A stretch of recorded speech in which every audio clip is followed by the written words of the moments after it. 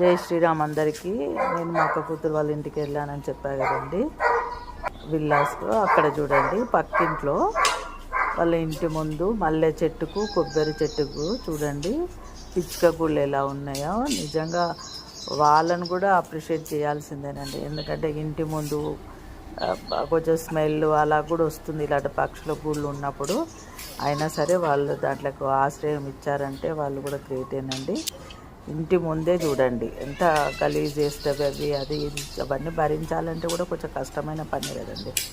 అయినా సరే వాళ్ళు అవన్నీ భరించుకుంటూ కూడా వాళ్ళకు వన్యప్రాణులకు ఆశ్రయం ఇచ్చినట్టు అనిపించింది. నాకైతే చాలా బాగా అనిపించింది ఇది చూస్తుంటే.